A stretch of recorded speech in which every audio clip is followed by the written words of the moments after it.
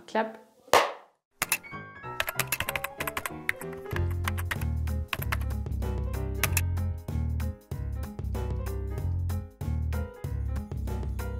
Au début, il a été question d'aboutir à un certain nombre de programmes et de voir qu'est-ce qui pourrait le mieux correspondre et qu'est-ce qui, au moment de l'enregistrement, pourrait vraiment être à la convergence de quelque chose de singulier à exprimer, quelque chose d'intéressant à construire au niveau des thématiques, des compositeurs et aussi une atmosphère qui m'était chère. Donc la proposition est, parmi plusieurs possibilités, d'aller vers ce programme autour de César Franck avec des œuvres de Thierry Esquèche, Camille Saint-Saëns et Bach à travers la transcription de Bouzon.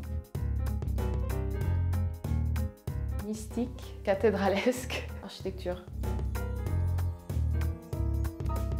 Polymodal, polyphonique et inspiré.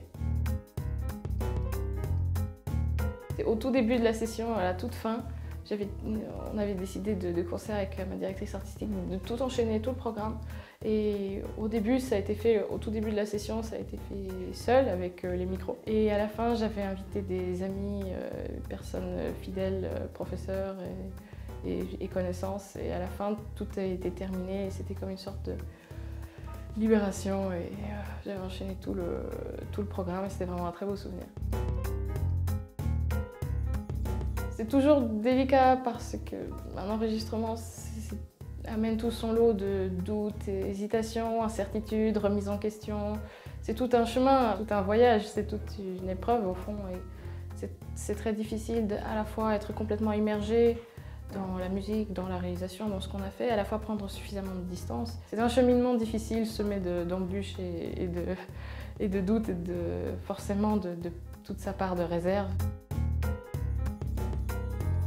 C'est vraiment un univers assez singulier qui m'a passionnée et qui était vraiment un moyen de démontrer que les compositeurs organisent à travers les siècles, donc depuis César Franck en passant par Camille Saint-Saëns, aussi Fauré, Messiaen, etc., jusqu'à aujourd'hui, jusqu'à Thierry Esquèche, créer vraiment une lignée avec une personnalité très forte et très unique et qui se perdure jusqu'à aujourd'hui.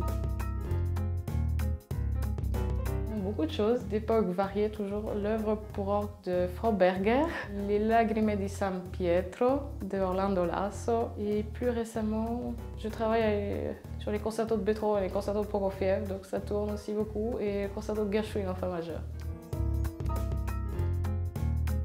J'essaye d'ouvrir beaucoup d'horizons dans cette période, d'en profiter. Le projet à court terme, c'est Debussy et Liszt, Année de pèlerinage.